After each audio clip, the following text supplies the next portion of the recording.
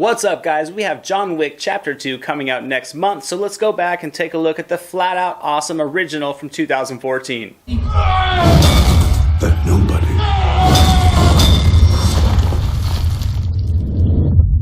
is John Wick.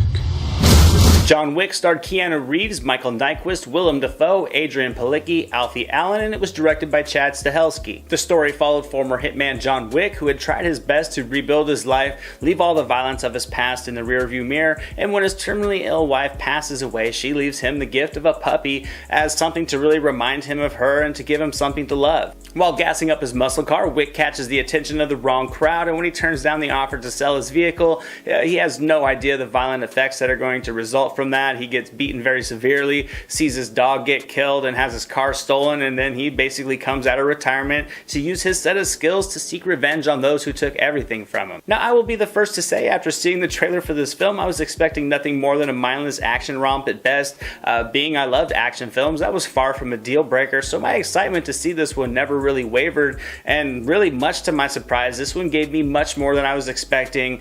Sure, there are some of those classic Hollywood conveniences in the storyline, but it never hindered the enjoyment of the movie at all. I thought it built the plot quickly and effectively. The first act, we are set up with the background of John Wick's character and the infamous mystique about him. Flashes of his happier times with his wife kind of reel you in before she's taken off life support. This builds a strong emotional connection that was effective in completely tugging at your heartstrings. But the story pulls the audience into the situation right after everything's happened, and it covers the hours following the funeral. I thought the timing of the story's beginning perfectly relates you to the almost zombie-like approach to his life as he once again just faces monumental adjustments while still kind of being in shock to everything. This strong emotional tie-in only fuels your interest in the film as the first act concludes with the introduction of the unsavory Russian gangsters. Alfie Allen plays the role of Yosef Tarasov, the son of the mob boss who clearly relishes in his status. Allen plays the character you love to hate with perfection, and after attacking Wick in his home, killing his dog and stealing his car, with the brash cockiness he has, you want him to die just as much as Wick is soon going to want to kill him. One of the best things about this movie is that your intrigue is pulled in quickly, and by the time the second act and main plot of the story get going, you are truly captivated. That's something that many films in this genre can't pull off,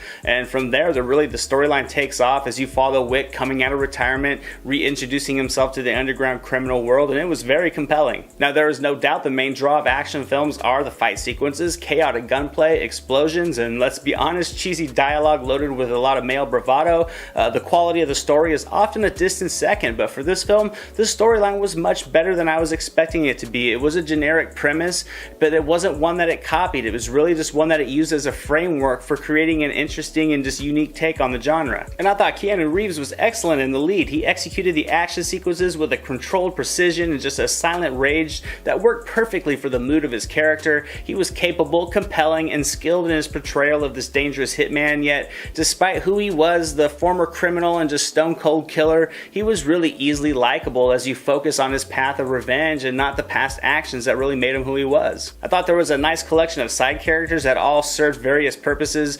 Michael Nyqvist was great as the mob boss, and his many reactions to the situation his son put him in really managed to convey not only his power but his fear of Wick, his anger towards his son, and the inner conflict of business over family. But it was really his and all the reactions from pretty much everyone who discovered Wick was back in the game that just added a shroud of mystery to the main character. It was awesome in my opinion. It had a great impact on building the background thoughts on who Wick was, as well as his capabilities and what he had been through. As for the action, it was plentiful and extremely well executed. The fight sequences were fluid, fast, visceral, and Reeves pulls off all the moves with grace. His character was a definite badass, but not to the point where he didn't take a hit or two along the way. But there was nothing about the sequences that just didn't exude precision, even down to the clever reloading techniques the filmmakers added.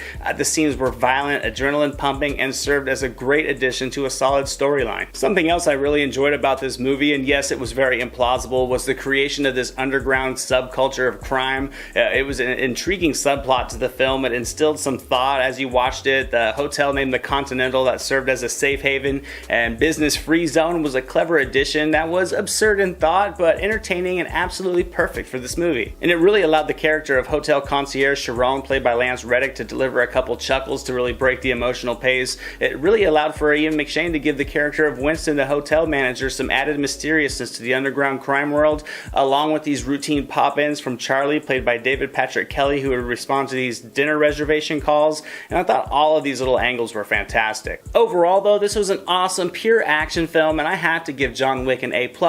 I mean, I know films like these aren't going to win Academy Awards, but that doesn't diminish the entertainment value at all. Reeves was excellent once again, and with all the blood-pumping violence this one delivers, I just cannot wait to see what Chapter 2 does to raise the stakes. And that's my throwback review of John Wick, guys. Chapter 2 comes out February 10th. I will be there with my popcorn and my icy ready to go. And that's my review, guys. Thanks as always for watching. Let me know in the comments what you thought of this first film or what you're looking forward to seeing in the second one. Drop this review a like if you enjoyed it. Make sure to subscribe so you never miss a new one. I'm Anthony. This is the SilverScreen Analysis, and I'll see you guys at the movies.